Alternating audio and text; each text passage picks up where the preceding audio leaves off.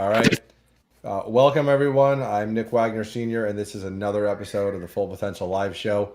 And we do this every Sunday night, 8 p.m. Eastern Time. So if you have never joined us before, welcome. And for those that are coming back, I appreciate you joining again. We do this every Sunday. We interview amazing guests like Audrey, who we will have introduce herself in a second. But the whole idea is to hopefully inspire all of you with the career journey of our guests. And we do this live on LinkedIn and YouTube, and then we end up taking the audio and turning that into the Full Potential podcast, which we share on all major podcast platforms. So tonight we have, and I think I described you, Audrey, as a like a global HR expert, is I think how I described you in one of my LinkedIn posts. So I will let Audrey introduce herself though. So we have Audrey McGuckin, and she is a small business owner. She owns her own business, and she's had an amazing career journey. So Audrey, welcome to the show, first of Thank all. you. Yeah, welcome. It's great to be here. And if you want to just, if you want to share, what I love to hear guests kind of maybe share is like, say you're at a conference and you meet someone for the first time and they're like, hey, so who are you? Who's Audrey? What do you usually tell them? Yeah, normally what I would say is that I'm a really bold CEO in 1.7% of the population of women CEOs that actually turn over $1 million in revenue each year. Incredibly passionate about leadership and people. That's awesome. Yeah, and we've interviewed people from the corporate world, people from entrepreneurs. We've interviewed people from the nonprofit world, and including a lot of really talented women. So you're in good company with the other women that I've definitely interviewed on my show. So again, I know you have a lot going on. So thanks for making time. Of course. And I always, so this is all about your career journey. So we're going to get to hear about your career journey. And I want to always start at the beginning because, more than usually for most of the people that I've interviewed, when they were 6 or 7 years old, they didn't say, I wanted to be this when I grew up. And they ended up being that when they grew up. So I'm gonna go out on a limb and probably guess that you didn't think you were going to do HR, consulting and leadership consulting when you were little Audrey. So what did you want to do when you grew up when you were a little girl? Like what was your dream? Yeah, and I what I tell people and when I reflect back is that I absolutely did not know what I wanted to do, and I don't know that I had a big dream, Nick. But what I did know is that I could do anything that I put my mind to. In other words, I had strong self-efficacy. Right, and right. and I didn't know what that term meant, of course, growing up, and I didn't know what that term meant early in my career, but I would come to know that term later in my career as I coached executives and as we explored this principle of self-efficacy. And all of my memories, looking back in my childhood, I always have these memories of just being confident to say I can do whatever I need to do and whatever I want to do. I love that, and that is something that I think self confidence is, I mean, as you know, right, with some of the people you probably work with, is a struggle for a lot of people. So the fact that you remember that you were that self confident even as a little kid, I love. Uh, so when you were, and I think the really interesting thing, and we're going to talk a little bit about how you're basically a world traveler. You've worked in many countries and traveled to even more, but you grew up in Europe. So you want to share a little bit about where you grew up and what that was like growing up. I think was it in Glasgow? I know it was in Scotland, but it was in Glasgow or near Glasgow. It was actually a small mining village in between Glasgow and Edinburgh, and the name of the village is Stonyburn, and so that's where I grew up. And I'm sure our listeners and viewers will know by my accent that I'm from Scotland originally. Yeah, and I've worked with in my career because I work for a global company. We have an office in Scotland, and I'll tell you that all the people in Scotland that I've worked with have been fantastic. Yeah. So great people. So you were in Scotland growing up, and you went to school there as well. So and I always like to ask this because I think everyone's a little different. Was going to college or university, as they say in Europe, something that was always something you knew you were going to do, or was that something that, was a discussion with your parents? How did that go? Yeah, and that's a great question, Nick. And you and I haven't had this conversation, um, but I didn't go to college right after school. In fact, I left school when I was 16, and at the time there was probably 2% of my class went to college, and Wow. so it was very unusual to go to college. And so you and I hadn't had that conversation before, but that's part of my story, that I didn't go to college right out of school. Yeah, and I know you ended up going later in life. Yeah. What was so you mentioned it was a mining town, where you grew up. So did a lot of people in the town end up working and staying in the area, or did they end up leaving? Like, what was, because I think, I think it really, to your point, the expectations about if you're going to college, early on, right after your typical schooling, I think really kind of depends on the culture of where you live and the demographics of where you live. So what was it like there? Yeah, I grew up in the Margaret Thatcher era. She was the first female prime minister. There were coal mining strikes. There wasn't a lot of money. There were significant economic issues, and so college really wasn't an option coming out of school. And getting a job fast was absolutely necessary. So so you didn't go to college right away or university. What was your plan? Because you've been employed in human resources, for a good amount of time in your Yeah, career. What was the plan out of school? What did you want to do? yeah, and I think what I would let me prefix that by saying, um, for folks listening, and I know this is predominantly about hearing from people around their careers, and what I would say, Nick, is you don't always need a game plan. You don't always need to know Yeah, what it well is said. that you're going to do, and it doesn't need to be beautifully laid out. I listened to the CEO of LinkedIn interviewing Oprah, and he asked her, "Did you always know that you were going to have a network?" And she said, "Hell no. Of course I didn't. My dream was to present on TV, and then once I presented on TV, my dream was to have my own show, and then once I had my own show, my dream was to have a network." And so, I hold that up as an example, and often we coach people to say you don't always need a game plan, but what you do need is you need a really incredible vision. And there has to be emotion connected to that vision, and you have to feel it in your belly, and that vision has to be yours. Um, I had the benefit of attending a workshop very, very early in my career, 3 decades ago, and the workshop was really on the power of affirmations, and that was before affirmations were really a thing, Right. and so it was many, many years ago, and the lessons I learned there have stayed with me today, and so it's the power of affirmations along with this ability to visualize just the next thing and what it's going to be for you, but it doesn't need to be a beautifully laid out game plan. And I like that you stated that, because I actually think that most people's careers are not a beautifully laid out game plan. As I mentioned earlier, I meet very few people that know what they want to do when they're a little kid, go to school for it, and then do that for their career. Usually it's a windy road for most people. Yeah.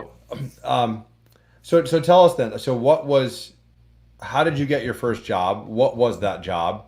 And what was to your point, you didn't have that game plan. So how did you make it happen? I know obviously you said you had the confidence even from early on, but how did you make it happen? Yeah, and so I left school at 16, and there weren't really that many jobs, to be honest, Nick, at the time, and the government had created this program, and it was called a YTS.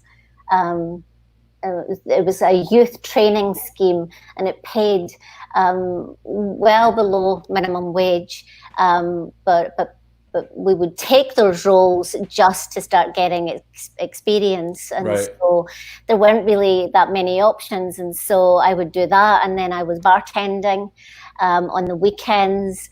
And then I really thought, okay, what's my next move? And I thought, maybe it's working in a factory. And so I went to work for a company called Burr Brown. They were headquartered in Arizona, Tucson, Arizona, but they had a location in Livingston, which was then called Silicon Glen. And so I went to work in the factory on the shop floor, and I was putting parts on the printed circuit boards. And I observed a lot of things from that vantage point. Particularly a lot of things around leadership. Mm-hmm. And what I saw was the way to impact that was through HR. And so then my next search for a role was really about how do I get into HR, and that wasn't easy either. And I saw a company called Jabil, that we'll talk more about, had recently came to Livingston, and there were 4 guys that started up the first international location in Scotland. And the CFO had interviewed me and actually hired me into that role. I was hired to do the filing and make the coffee and call people and answer the phones. But they ended up growing really fast, and I got the chance to grow with them. And, Forbes, as a leader, saw something in me. And they ended up sponsoring me through to my master's in human resources. And so there's a couple of principles that comes out of that story, Nick. One is talent can be found in the most unusual places. You just have to be looking. Right. And if you see somebody that you believe in, dig deeper and really find out, and how can you help that leader, or how can you help that person really flourish and grow. And that's part of the principles that we have at the firm, is how do you unleash the power within leaders, and you have to be looking for that, right? And no, absolutely. And what's interesting is getting your first HR job is extremely difficult. Even if you have an HR degree, it's difficult because, as you know, most people want senior HR people. They want HR people that have experience. So the fact that you landed an HR role without having any HR experience or an HR degree shows like they clearly saw something in you, and obviously they saw the confidence in you, and you proved to them that you could do it. But I love that story because it's not easy. It's really not easy to get into the HR field at all. And so tell me about Jabil. So what did they do? Like, was it something that you were super interested in at the time, or it really, when you were just looking for a job in HR? Like, walk me through that. Yeah, I was really just looking for a job in HR, and I knew that I needed to find a smaller, edgy firm, because there was an edginess to my personality. And so I knew that it couldn't be the maybe in the financial sector space. I knew Right. It couldn't be putting a suit on and going in Edinburgh. I knew that there had to be an edge to the culture. And so Jabil ended up being a really incredible fit for my culture, for my own personality. And I had a great manager at the time. Her name was Alison Kennedy, and she shared with me everything that she knew. She never held anything back, and I learned tons from her. Alison ended up going on maternity leave, and I stepped in for her. And when she came back, I couldn't go back to what I was doing. And we'll use this term later on in the story, but there's a Greek philosopher, Heraclitus, and no man ever steps in the same river twice, for it's not the same river and he's not the same man. And so this principle of you can't go back Right. once you've went forward. And so, once I had the bug of running the HR function, then I couldn't go back to playing second fiddle. And that's been a story that's been something throughout my career. And so at the time, the general manager said, well, you've got two options, Audrey. You can either go and run manufacturing, or you can go to Florida and be their training manager out there. And so I hadn't been to the US before. And so I decided to get on a plane and go to Florida and run the learning function for the campus, which was huge, and it was growing at the time. And so I think, one of those other principles, which is, don't be afraid of what you don't know.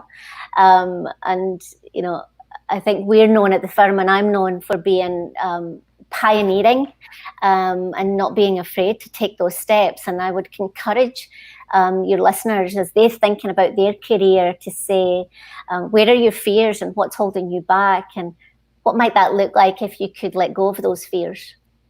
So that must have been a pretty big, number one, opportunity for you, and number two, a pretty big change, because you were leaving home ultimately. And how was that? How was that personally on you to leave the country where you grew up, where your family was, and move to the United States? Yeah, it was really tough. I had just lost my dad to cancer at the time, and so my mum was on her own, and there was a significant pull emotionally to stay, and yet there was a significant pull to go. And it's this is again back to leadership, which is there's never black and white answers, Right. and there's often dilemmas to be solved. And that was a big dilemma for me. But ultimately, my mum got on the plane, and we went to Florida. We got my apartment set up, and then my career took off in Florida with Jabil. And how old were you, Audrey, when you made that across the Atlantic move? Yeah, I mean, people always ask me for years and dates. I was 20 something. Yeah, okay. Right. So you didn't have a family then. No. Yeah. So I think to your point, I think that probably made it a little bit easier. Obviously, with losing your dad was probably tragic, and your mom was going to miss you, but at least you didn't have. It's easier to do something like that and move halfway around the world when you don't have a family and kids and a mortgage and things of that nature. So I want to talk about this, right? Because you hadn't done. I mean, so you're now moving into your second HR role, technically, right? This learning role. And what do you think it was at the company Jabil that they saw in you? What did they? Because again, it wasn't. You got all these opportunities because of what you produced and your track record. So what do you think they saw in you where they kept giving you opportunities, because you ended up having maybe 10 roles at the company throughout your time there?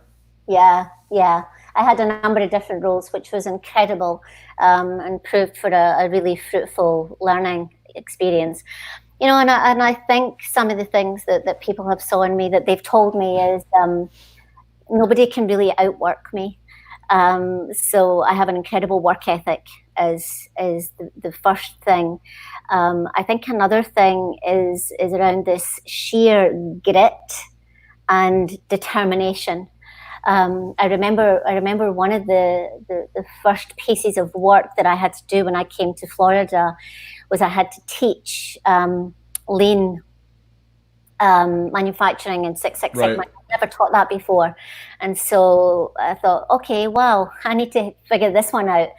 But what made it even tougher was that we were teaching it to some of the folks on the manufacturing floor, and that included a lot of Vietnamese, a lot of people from Thailand, a lot of people from different parts of the country.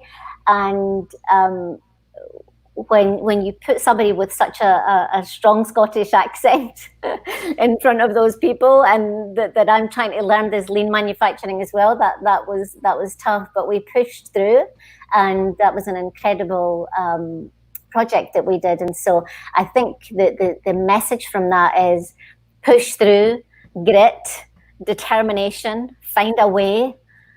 There's always an answer. That goes back to the self-efficacy, right? So I want to ask this because obviously, like you probably saw people in your life that had that grit and that work ethic. Who do you attribute that? Like, who did you learn that from? I would say that there was no single figure that I would say was that one person. Right. But I grew up in an environment where there weren't really a lot of boundaries. There wasn't a lot of, no, you can't do that. Mm-hmm. But there was a lot of, if you want to do it, you have to make it work out. Right. And so I learned that from my mom, from my dad, from my grandparents, from the community, which is nobody ever really says no. But if you say yes to yourself, then you sure as heck better figure it out.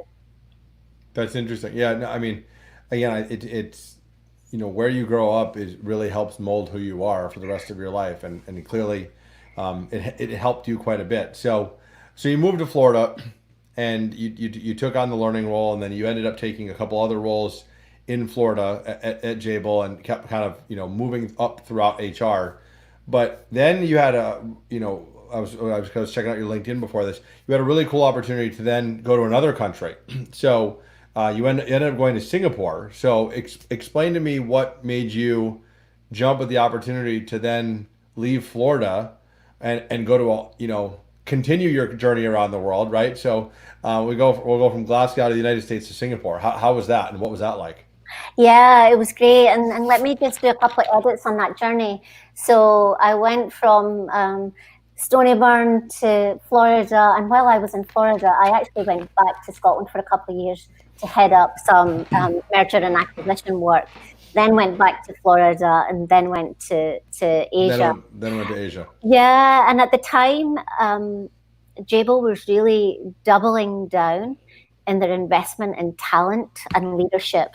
And at the same time, they were growing their Asia region. And so it was the fastest growing region, and it was their largest employee population base.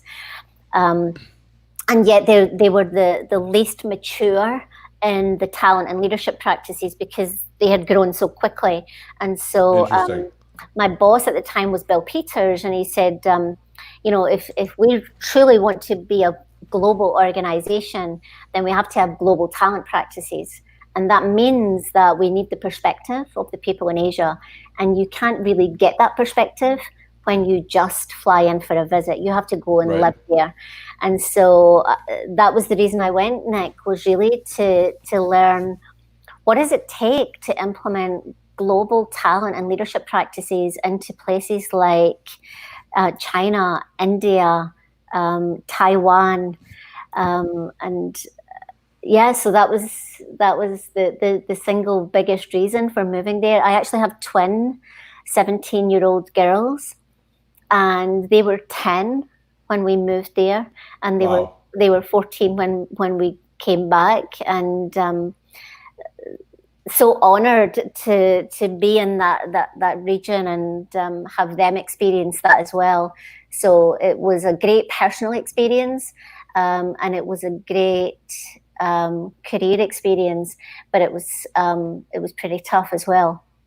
Yeah, and I want to ask, because I think a lot of people think about or talk about or dream about trying work outside of their home country, right? So whether you're born in the U.S. or wherever, the thought about leaving your home country and going somewhere else to work. You've done it now. You did it twice, right? I mean, what are some of your thoughts on that? Pros and cons. I think a lot of people think about it, but a lot of people don't go through with it. It sounds like you had a really good experience, but any just advice for people that are thinking about it? Yeah, I would say be open to the possibilities. I did a lot of prep before I went. I didn't do a lot of prep before I said yes. I said yes immediately. And then when I said yes, I said, okay, how are we going to make this work out? And Right. there were a couple of things that I did. One thing I made a commitment to do was to not spend all of my time with the expat community, but rather spend time with the Yeah. local community. And so I spent a lot of time and made some amazing local friends that weren't expats.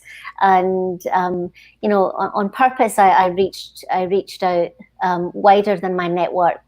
And don't be afraid of the uncomfortable. You have to get uncomfortable to be able to learn. And the learning is really it's almost the diamonds, and the experience is the learning that you get from it. Yeah, no, I think that's a great point because I think, especially, where you went in Singapore, there is a large expat community, so it probably could have been very easy to actually just, maybe hang out with Americans or Europeans, and not hang out with people that were local to Singapore. So I think that's great advice. So you mentioned you were there for, it sounds like, 3, 4 years, somewhere around there, and then you came back to Florida.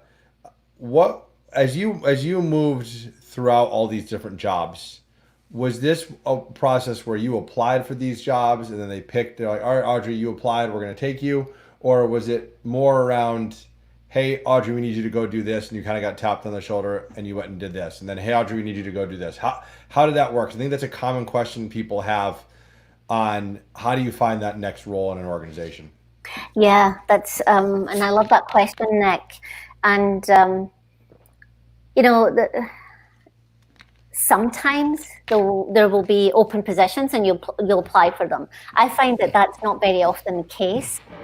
What I find is the case that you demonstrate capabilities, somebody sees those capabilities, and then the opportunity finds its way. And if it doesn't find its way to you, you have to find its way to it. And meaning, how do you really get into influencing and sales mode?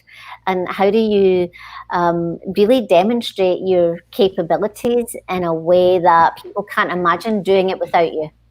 And Yeah. so I don't know that I never really applied for the job in Singapore. I never really applied for the talent manager role, but for sure I was demonstrating those capabilities and I was influencing people along the way.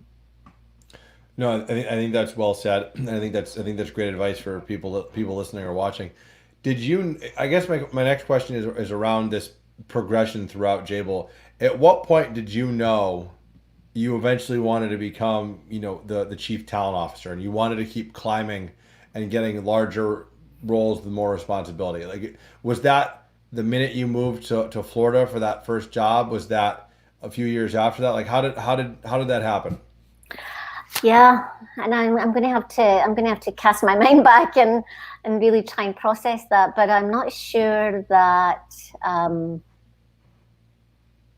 I'm not sure it was so definitive. Right. I tend to have a personality where once I master things, then I'm ready for the next thing. Your time to move on. Okay. It's time. And I think, part of self-efficacy is this mastery. And as soon as you master something, you're ready for the next thing. And so Yeah. when I nail something, it's like, okay, what's next? No, I think that's probably a pretty common trait with people. And I think you alluded to it earlier. You had a great opportunity to try a lot of different things at Jabil, throughout the HR function, which I'm sure, as someone who likes to learn, you probably really enjoyed that. So I want to pause on Jabil because I want to ask the difficult question: is your chief talent officer at a company you've been at for 15 years that has brought you from your home, your home country of Scotland, to the U.S., to Asia, back to the U.S., and at that point, it was, a few years ago, 3 years ago, you decided to leave and actually go work for yourself. So this is a dream of many people. I know I've talked to a lot of people that dream of doing this one day. So walk me through, how did that happen? Did you plan to do this for years and then start your own business? how did this all play out? Because I think this is Yeah, a very common question I it's think a people great, have that want to yeah, work for themselves. it's a great question. And I worked with a dear friend in Jable who was a consultant, Patricia Brigman, and throughout our relationship, she would say, Audrey, what are you going to do when you finish at Jable? Are you going to be a consultant? Are you going to go into that space? And I was like, oh, I would never go into that space. No, that's the last thing I would ever want to do. I can't imagine myself doing that. And I really remember, no, that just wasn't on my radar at that time. But really, what I think what emerged was I started to get real clarity on what am I good at and what do I like to do. Mm-hmm. And to be honest, I don't know that I'm a terribly great HR person. What I am is an incredible talent and leadership person. And so that's really where my passion lies, is this piece around strategy and talent and leadership. It's not in the compensation space. It's not in the employee relations space. I'm just not good at that. And I think the more mature you get, the more comfortable you get with what you're good at and what you're not good at. And it's back to this Greek philosopher quote as well, Nick, which is, no man ever steps in the same river twice, for it's not the same river and he's not the same man. And so when I came back from Singapore, I was a different person. Right. I had grown, I had changed. When I came back, Jable had changed as well. The corporate headquarters had changed as well. And so I had conversations with board members. I had conversations with the CEO. I had conversations with some of my trusted advisor. And I remember one of the conversations with the board member, and I would go through this process of what do I want to do, and here's some of my golden threads. And some of my golden threads were, I want to do incredible talent work. I want to do new and innovative talent work. I want to stay in St. Petersburg now because of my daughters. Right. I want to be my own boss. And so she said, well, Audrey, I think you need to go to Office Depot. I think you need to print a business card and you need to start pounding the pavement. That's what she said to you? That's so funny. Yeah. That's so funny. And so, I don't know that it was one thing, Nick, but having gone through a lot of reflection, having gone through a lot of conversations, I gifted myself on my 50th birthday a startup. Interesting. Yeah. That's interesting. So that was over 3 years ago that you did that. And I think many people would look at you and say, I can't believe you did that. You had an extremely successful career, right? I mean, obviously you were well thought of at the company. You've done all these different things. You've worked globally. Why not just continue working there until you want to retire? I think a lot of people might say that to you. That obviously wasn't your plan. So you leave Jable after a very successful career, and you start your own business. And I think I guess my question for you is, did you have a real sense of what you wanted to do for your Audrey McGuckin Leadership Solutions? Did you have a real vision of what you wanted to do right out of the gate? Yeah, I did, and it didn't take very long. And I hadn't been processing this through my career at Jable. That was never on the horizon. But once I made the decision, then the vision really came to life. And I never really wanted to be just a consultant. And I never really wanted to be an independent contractor, and I never really wanted to be a sole trader. I wanted to set up a firm, and I wanted it to do big things, and I had big dreams. And it wasn't just about me. I wanted a team, and I wanted to have massive impact in organizations. And so lots of people set up as independent contractors and consultants, and they want to stay as that one person. That was never part of my plan. It was always to set up something bigger than that.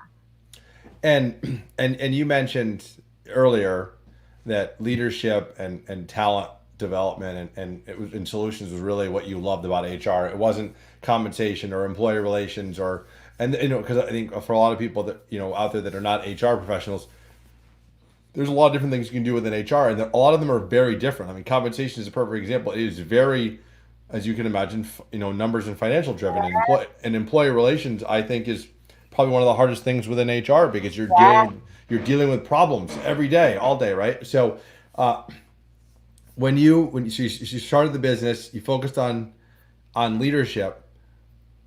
What was it like? Because you had this amazing career, and you weren't doing sales, and you weren't the CEO of Jabil, right? I mean, you had that entire infrastructure around you because it was a large corporation with tens of thousands of employees. What was it like to all of a sudden be your own boss and be responsible for everything? Yeah. Well, first of all, it was incredibly scary. I can imagine.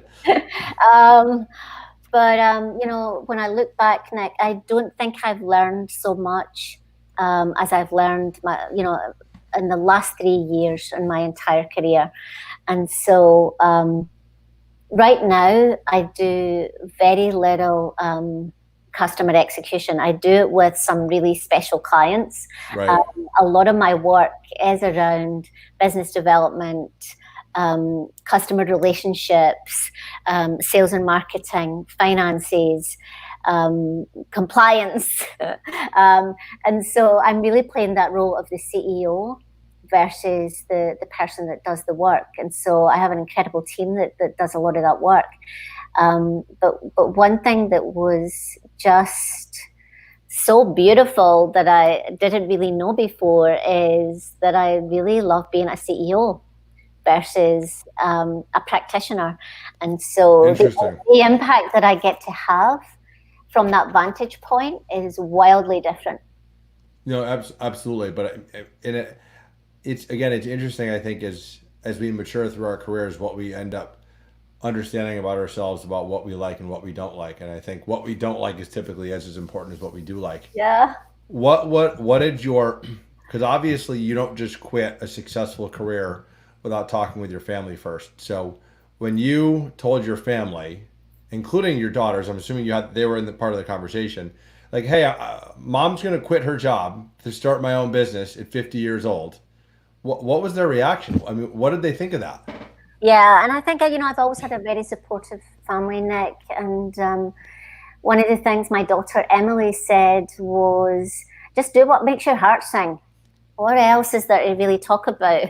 And so I'll sum it up by saying everybody was wildly supportive, and Emily was very inspirational. I think that makes a big difference because obviously having the support of your family for a decision as large as that is super important. So explain to our audience. So what do you get? What does your company actually do? Right. So what would if someone was to call you and say, hey, we want to hire your company, what would people be calling you for? Yeah, we do 4 things, Nick. We help organizations build leadership capabilities. And that means leadership development. It means coaching.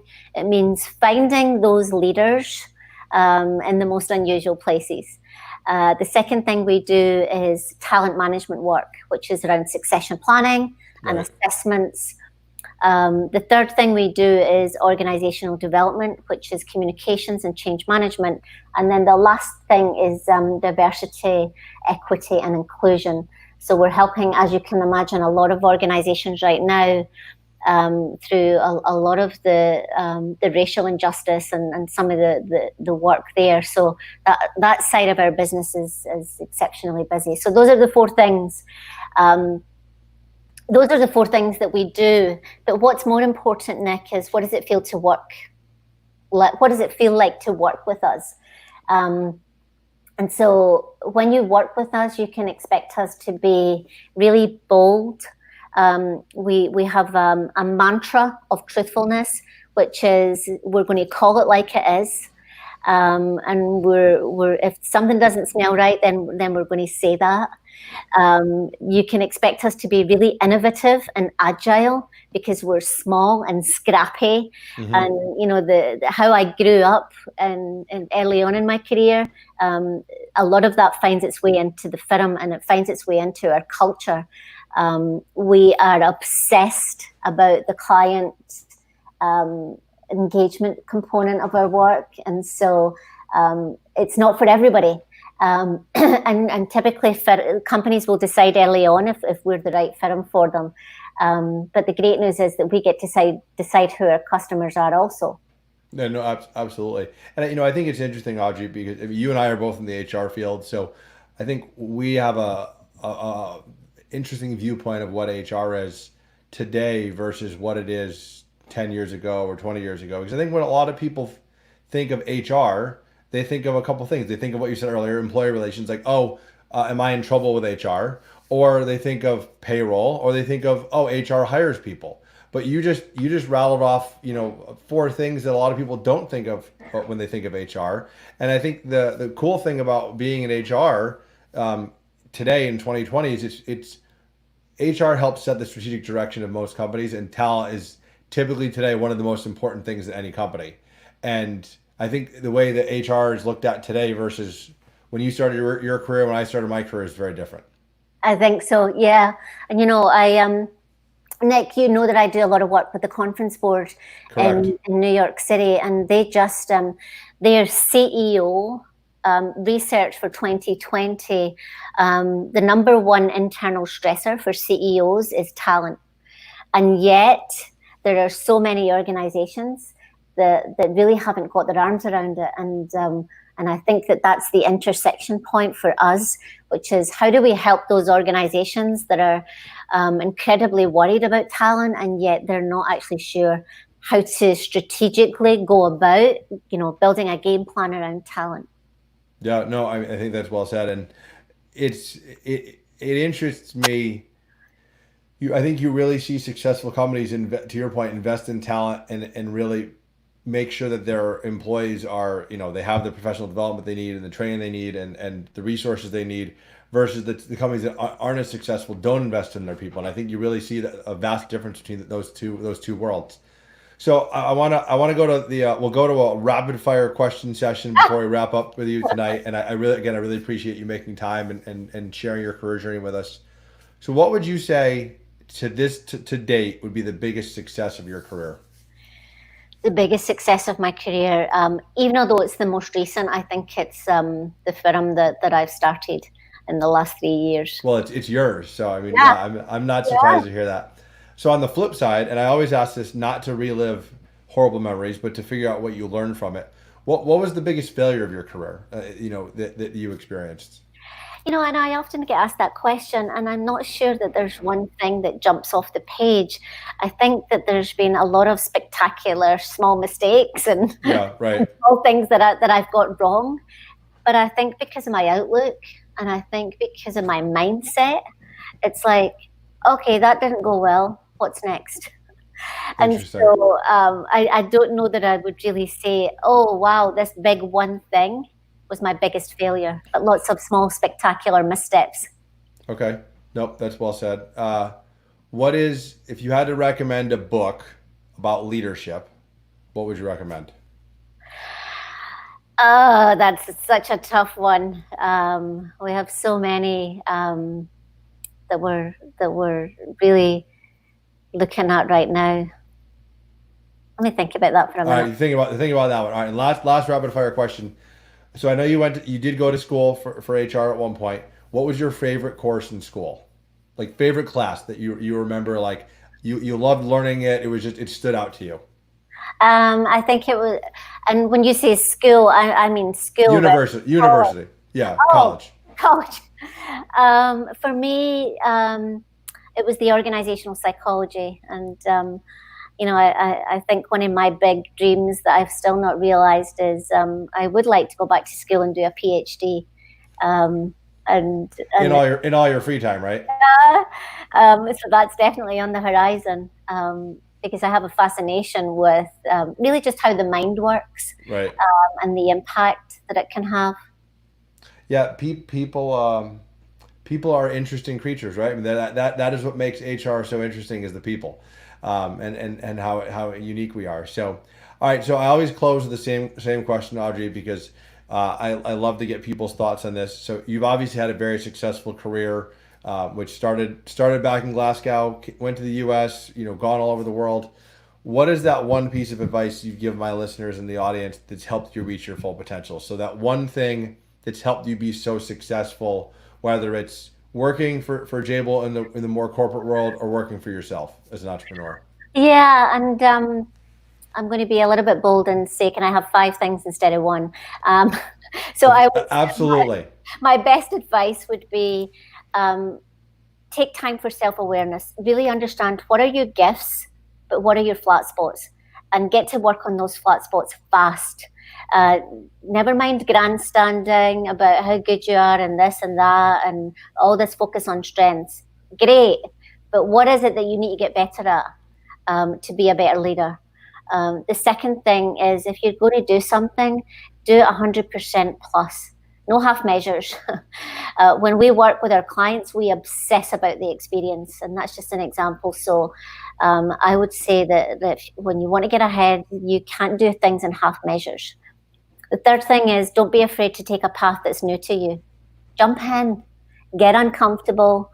It will serve you well. There will be tons of learning. You will be in that learning zone that we all like to talk about. The fourth thing is, ask for help when you need it.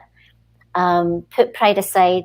I think one of my greatest strengths is I'm really not afraid to ask for help.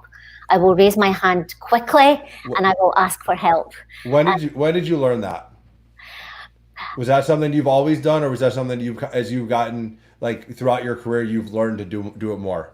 I think that was instilled in me from a very, very, very young age. Just that the family culture was, if you don't know, just ask.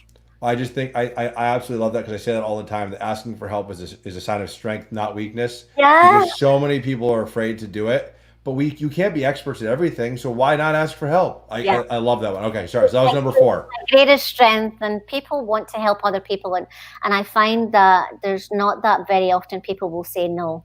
And then You're right. the last thing is, believe in yourself. If you don't have a lot of self-efficacy, which is different from self-confidence, then do some work in that space and let yourself imagine the unimaginable.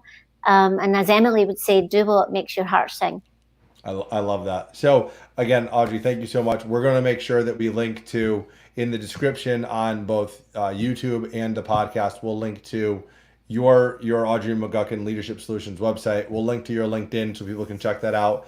And then I know you also have a podcast of your own where you interview all sorts of amazing guests. So we'll link to that as well. So if anyone wants to get in touch with Audrey to learn more about your career, or if you have a business and you need Audrey's company's help, please reach out to her. But thank you so much for making time. It was great to hear about your very unique global journey. Yeah, thanks for having me, Nick. It's been a pleasure. Thank you. We'll talk soon. Be well.